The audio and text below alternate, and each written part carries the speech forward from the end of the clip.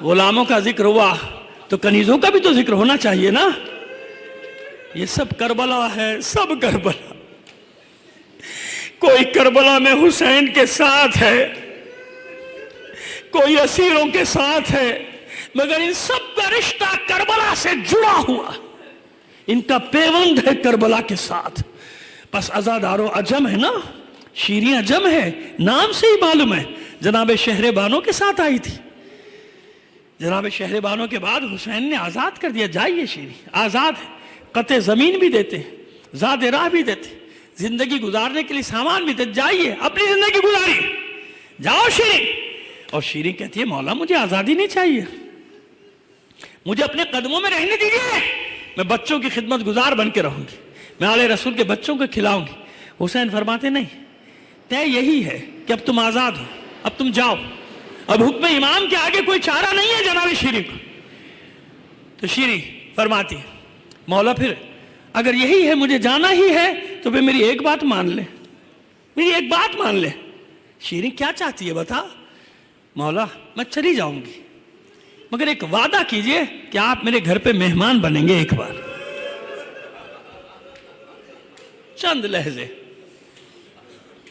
حسین نے سوچا اور اس کے بعد فرماتے ہیں شیریں جا تجھ سے وعدہ رہا میں تیرا مہمان بنوں گا. نہیں مولا، مولا ایک بات اور ہے. اب کیا چاہتی؟ شیریں کہتی ہے مولا اکیلے نہیں، سارے خاندان کے ساتھ، آل رسول کے ساتھ، شہزادے شہزادیوں کے ساتھ، میری شہزادی ثانیہ زہرا، میری شہزادی ام کلثوم، میرا آقا عباس، ان سب کے ساتھ.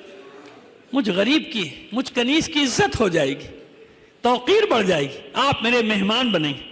پھر چند لمحے حسین نے سوچا، اس کے بعد فرماتے جا شیریں وعدہ رہا پورے خاندان کے ساتھ تیرا مہمان بنوں گا، لیکن شیریں بس ایک خیال رکھنا ایسا نہ ہو کہ ہم تیرے مہمان بنے تو پہچان بھی نہ سکے. ایسا نہ کہ ہم مہمان بن جائیں تو پہچان بھی نہ سکے. شیریں قدموں میں بیٹھ کر کہتی ہے مولا میں آپ کی نمک خار، میں آپ کی کنیز، بھلا ہو سکتا ہے کہ آپ میرے مہمان بنے میں آپ کو نہ پہچانوں؟ کہتا شیریں ٹھیک ہے. بنی ہاشم میں خواتین میں اعلان کرا دیا گیا جا رہی ہے شیریں، جو خلعت دینا چاہتا ہے، زاد راہ دینا چاہتا ہے، ہدیہ دینا چاہتا ہے، ہدایہ دینا چاہتا ہے، شیریں جا رہی ہے، رخصت کرو. اس زمانے کا دستور تھا، لہذا بنی ہاشمی خواتین میں سے ہر ایک ہدایہ لے کر آ رہی ہے، تحفے تحائف لے کر آ رہی ہے. جو بی بی بھی آتی ہے، جو سامان بھی لاتی ہے، ایک چادر ضرور لاتی تھی، ایک چادر ضرور لاتی تھی. تھوڑی ہی دیر میں چادروں کا ڈھیر لگ گیا. شیریں اتنی ساری چادروں کو دیکھ کر کہتی ہے مولا میں اتنی چادروں کا کیا کروں گی، تو بہت زیادہ چادریں ہو گئیں. حسین نے نہ معلوم کیا سوچتے ہوئے کہا شیریں لے جا، سب لے جا، شاید کسی دن کام آ جائے، شاید کسی دن کام آ جائے. سب چادریں لے جا. چلی گئی شیریں. کوفے سے بہت فاصلے پر ایک بلند مقام پہ گھر بنا کے رہتی ہے، اس لیے روایات میں قلعہ شیریں کہا جاتا ہے کیونکہ بلندی پہ. اور جو آبادی ہے نا آس پاس، وہ سب شیریں کا بہت احترام کرتے ہیں، بہت عزت کرتے ہیں. کیوں؟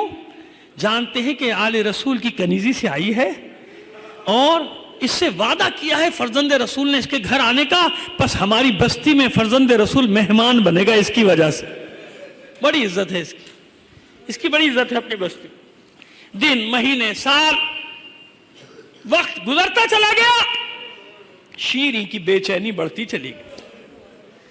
کب آئے گا وہ دن جب میرے شہزادے شہزادیاں میرے گھر میں مہمان بنیں گے، اس کنیز کو عزت بخشیں گے. آخر آنے جانے والے قافلوں سے پتا چلا کہ حسین مکے سے کوفے کی طرف آ رہے ہیں، عراق کی طرف. خوش ہو گئی، دوڑ گئی پوری بستی میں، ایک ایک گھر میں جا کر کہتی دیکھو میں نہ کہتی تھی میرا مولا آئے گا، میرا مولا راستے میں ہے، تیاریاں کرو. استقبال کی تمام خواتین کو جمع کر لیا. ہم شہر سے، بستی سے باہر نکل کے اپنے مولا کا استقبال کریں گے. میرے مولا کے ساتھ میری شہزادیاں بھی آ رہی ہیں، رسول زادیاں بھی آ رہی ہیں. اب میں چشم تصور سے دیکھ سکتا ہوں کہ بیبیاں کیسی تیاری کر رہی ہوں گی، کیسی تیاری کر. جیسے گھروں کو سجایا جاتا ہے، بنایا جاتا ہے، رنگ و روغن کیا جاتا ہے جیسا مہمان ہو استقبال کی تیاری. تو شیریں نے کیسی تیاری کی ہوگی؟ پھر اس کے بعد اچانک یہ ہوا کہ کچھ خبریں آنی شروع ہوئیں کہ جو اچھی نہیں ہیں.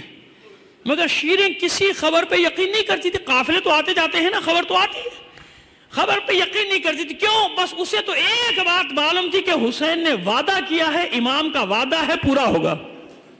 کہتی تھی کچھ نہیں، حسین ضرور آئے گا، وعدہ پورا کرے گا، میرے مہمان میرے گھر آئیں گے. اور اس کے بعد بے چینی اتنی بڑی کہ روز صبح کوفے سے آنے والے راستے پر بیٹھ جاتی ہے، انتظار کرتی. سارا دن آنے جانے والے قافلوں کو دیکھا کرتی. شام ہوتی ہے پھر اپنے قلعے میں چلی جاتی. ایک دن اسی طرح تھکی ہاری اور بالکل عجیب حالت میں، پشمردہ حالت میں، مایوسی کے عالم میں، غمزدہ حالت میں آئی ہے. رات ہو گئی، قلعے کے دروازے بند ہوئے، اپنی خوابگاہ میں چلی گئی. کچھ ہی دیر کے بعد کنیزیں حاضر ہوتی ہیں اور کہتی ہیں کہ شیریں، حاکم کا قافلہ دروازے پر آیا ہے، کچھ باغیوں کے سر لے کے جا رہے ہیں شام. کچھ قیدی عورتیں بھی ساتھ ہیں، بچے بھی ساتھ ہیں، رات تیرے گھر میں گزارنا چاہتے ہیں. جب عورتوں بچوں کا سنا تو شیریں خود اٹھ کے آ گئی. دروازہ کھولا، دیکھا کہ ہاں کوفے کے سپاہی ہیں، ان کے ہاتھوں میں نیزے ہیں اور نیزوں پر مقتولین کے سر ہیں. ایک تو اندھیرا، دوسرے وہ سب کے سب سر اپنے ہی لہو میں ڈوبے ہوئے، تیسرے ذہن میں کوئی بات ہی نہیں ہے. شیریں کے اس منظر کو دیکھا، دوسری طرف نگاہ کی، دیکھا ناخوں کے آگے ایک نحیف و لاغر جوان ضعیف لگتا ہے، زنجیروں میں جکڑا ہوا ہے، توق خاردار گلے میں ہے، نظریں جھکائے کھڑا ہے. اس کے ساتھ پیچھے ناکوں کی قطار ہے. ان ناکوں پہ کچھ بیبیاں ہیں جن کے سروں پر چادریں نہیں ہیں، مگر ان بیبیوں نے اپنے چہرے کا پردہ اپنے بالوں سے کیا. ان بیبیوں کے ہاتھ پسے پشت بندے. یہ منظر نہ دیکھا گیا شیریں سے. فوراً دروازے کھلوا دیے، کہو میرا گھر کھلا ہے، رات گزارو. حجرے کھول دیے گئے، سپاہی ان حجروں میں چلے گئے. شیریں نے دیکھا کہ یہ قیدی بیبیاں یہ سب کی سب وہیں صحن میں دیوار کے ساتھ بیٹھ گئے. سمجھ گئی کہ ان قیدیوں پہ بہت ظلم ہو رہا ہے. آئی سپاہیوں کے پاس آ کر کہتی ہے اگر اجازت دو تو کچھ حجرے کچھ کمرے ان قیدی عورتوں کے لیے بھی کھول، گھر ہے میرا. کہا تجھے اجازت ہے، ہمیں کوئی اعتراض. جلدی سے کنیزوں کو بلایا، کہا ان بیبیوں کے ہاتھ کھولو. پہلے ان کے ہاتھ کھلوائے، رسن کھلوائی.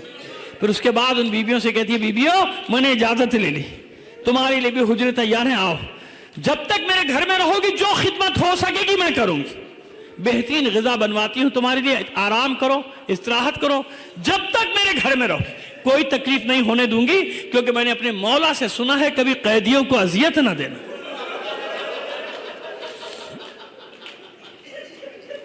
بس عزادارو، جو حجرے زینب کے لیے سجائے تھے، ام کلثوم کے لیے سجائے تھے، حسین کے لیے سجائے تھے، عباس و علی اکبر کے لیے سجائے تھے، ان حجروں میں ان قیدی بیویوں کو لے گئی بٹھا دیا.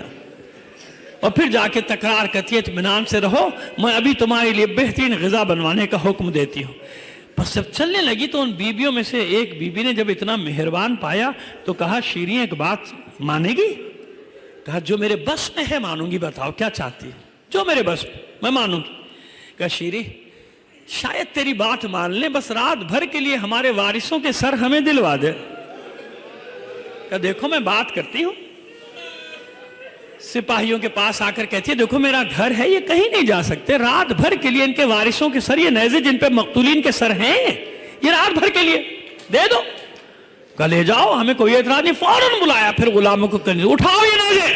پہنچا ان قیدی بیبیوں کے پاس، خود بھی ساتھ ساتھ آئی، مگر حیران رہ گئی کہ اپنے وارثوں کے سر پانے کے باوجود بھی کوئی بیوی روتی نہیں تھی، روتی نہیں تھی، بے چین ضرور ہے. اس کی سمجھ میں کچھ نہیں آیا. واپس جانے لگی. پھر اسی بیوی نے آواز دی شیریں ایک بات اور مانے گی؟ ہاں بیوی میں نے کہا نا جو میرے بس میں ہے میں مانوں گی، بتاؤ اب کیا چاہتی ہو؟ کہا دیکھ شیریں جب سے ہمارے وارث قتل کیے گئے ہیں نا ہمیں رونے کی اجازت نہیں. یاد ہے نا آپ کو جب کوئی بیوی رونے کی کوشش کرتی تھی تازیانوں سے مارا جاتا تھا.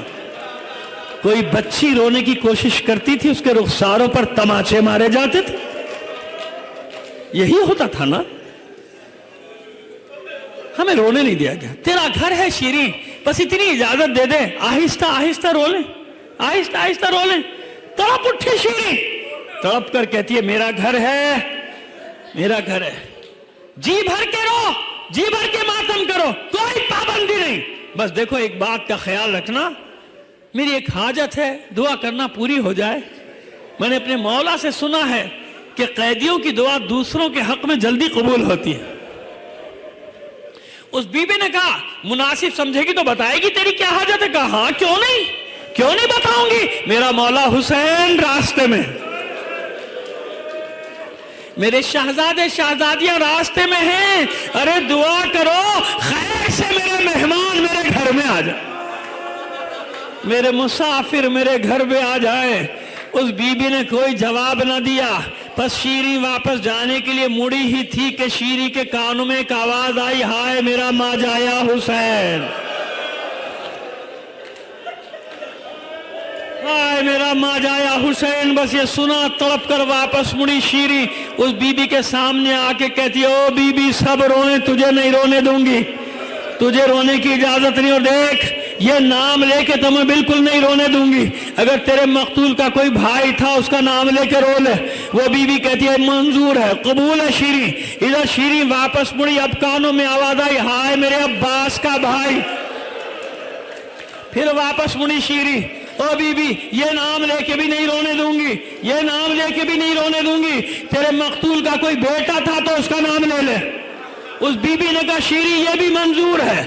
اب شیریں واپس جانے کے لیے مڑی تو کانوں میں آواز آئی ہائے میرے اکبر کا بابا. بس اب شیریں سے نہ رہا گیا، واپس مڑی، دو زانوں بیٹھ گئی اس بی بی کے سامنے، ہاتھ جوڑ کر کہتی او بی بی جب سے تو میرے گھر میں آئی ہے میرے دل کو قرار نہیں.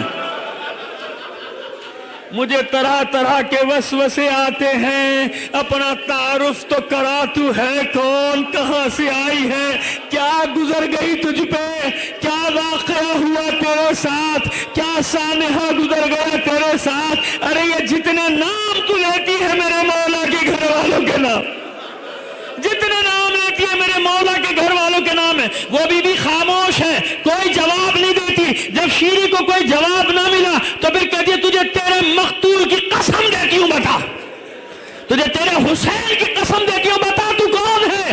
بس عزاداران حسین اب زینب کے ضبط کے بندھن بھی ٹوٹ گئے. چہرے سے بال ہٹا کر کہا شیریں بھول گئی نا شیریں، میرے بھائی نے یہ بھی تو کہا تھا ایسا نہ ہو کہ ہم تیرے مہمان بن جائیں تو پہچان بھی نہ سکے. بس عزادارو شیریں پچھاڑے کھانے لگی، سر و سینہ پیٹتی ہے، چلا کر کہتی ہے اے میری شہزادی یہ میں کس حال میں دیکھ رہی ہوں. ارے یہ کیا ہوا، میرا